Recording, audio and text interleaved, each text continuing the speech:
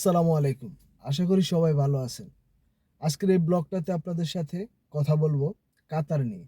২০২৫ সালে এসে আপনারা কি কাতারে আসতে চান? কাতারে আসলে কি ভালো টাকা ইনকাম করা যাবে? এবং কাতারে কি কাজ কাম রয়েছে প্রচুর পরিমাণে? এই বিষয়গুলো নিয়েই আজকের এই ব্লগটা। অবশ্যই যারা আমার চ্যানেলটাতে নতুন আছেন অবশ্যই চ্যানেলটা সাবস্ক্রাইব করে দিবেন, লাইক, কমেন্ট, শেয়ার করবেন। অতএব আলোচনাটা শুরু করা যাক। প্রথমত ২০২৫ সালে এসে কাতারে এখন যারা আছে তাদের অবস্থা অতটা ভালো না, অনেক খারাপ অবস্থা। কারণ হইতেছে দালাল যখন আপনাকে ভিসা দেবে তখন বলবে যে ৫ লাখ টাকা দিয়ে যাইবা, ৪ লাখ টাকা দিয়ে যাইবা, ৮ মাসে ৫০,০০০ করে কামাইলে ৪ লাখ টাকা ইনকাম হয়ে যাইব। আসলে তা না। দালাল ভিসা বেচার লাগে আপনাদেরকে এভাবেই বলে। তখন দালাল যখন ভিসা বিক্রি করে দেয়, বিক্রি করার পরে দালাল যখন আপনাকে এয়ারপোর্ট থেকে রিসিভ করার পরে একটা রুমের মধ্যে ১ মাসের জন্য দিয়া দিব, বেডশিট কিনে দিব, ১ মাসের খাওয়ার টাকা দিয়ে দিব, রুম ভাড়ার টাকা দিয়ে দিব, তারপরের মাস থেকে আর দালাল আমরা চিনব না। এটা হইছে বিদেশের বাস্তবতা। বিদেশে যারা আছে তারাই জানে এভাবে আসলে ১ মাস পরে আর দালাল আমরা চিনব না। যে আপনারে আনুক না কেন সেও আপনাকে চিনবে না। কারণ কইব এবার তোমারটা তোমার পথ তুমি তৈরি করো। আমার কাম ছিল নিয়ে আসার, আমি নিয়ে আনছি, বাস এবার যা করার তুমি করো। এটা হইছে প্রথম কথা ভিসা দিয়ে এইভাবে আসলে। আর এই দেশের মধ্যে ২০২৫ সালে এসে কাজের চাহিদা নাই।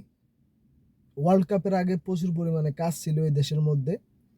এখন নতুন কোনো প্রজেক্ট এই কাতার সরকার নতুন করে ধরে নাই।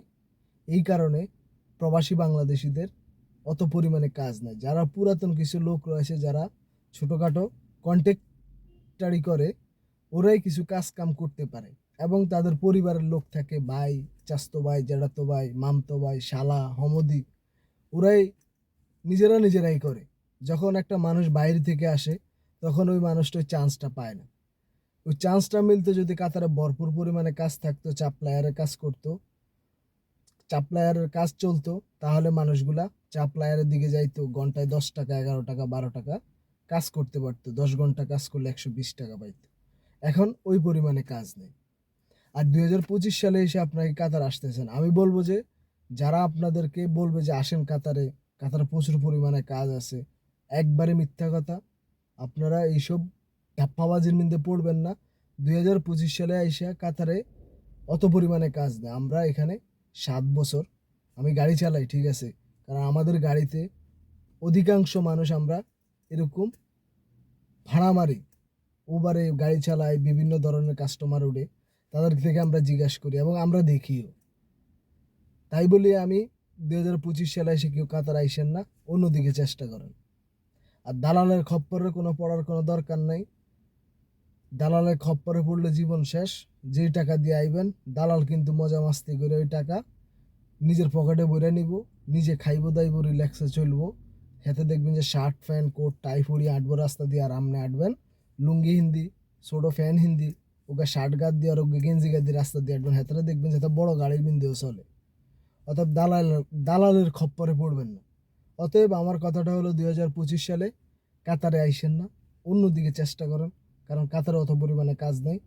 মনে করবেন ভাই আপনি কাতার কি এরেন, ভাই আমি গাড়ি চালাই, আমারও অবস্থা খারাপ। কি করবো, গাড়ি নিছি, এখন তো গাড়ির ঋণ পরিশোধ করতে হইব। এই কারণে আমি এখানে আসি এখনো। অনেক মানুষ আছে, আপনারা জিজ্ঞেস করেন যারা আপনাদের পরিচিত ভাই ব্রাদার আছে, ওদের কাছে জিজ্ঞেস করলে আপনারা শুনতে পারেন কাতারের পরিস্থিতিটা কেমন। অতএব আমার যুক্তিটা হলো আপনারা আইসেন না, বৃথা যাইব আপনাদের এই টাকাগুলা। এদেশে আইসা বা মাসের পর মাস বাসায় শুয়া রুম ভাড়া দিতে হইব, খানা খরচ দিতে হইব। একটা মানুষ এই দেশের মধ্যে ১ মাস থাকলে ১ মাস থাকলে মিনিমাম তার খরচ আছে বাংলার ২০,০০০ টাকা।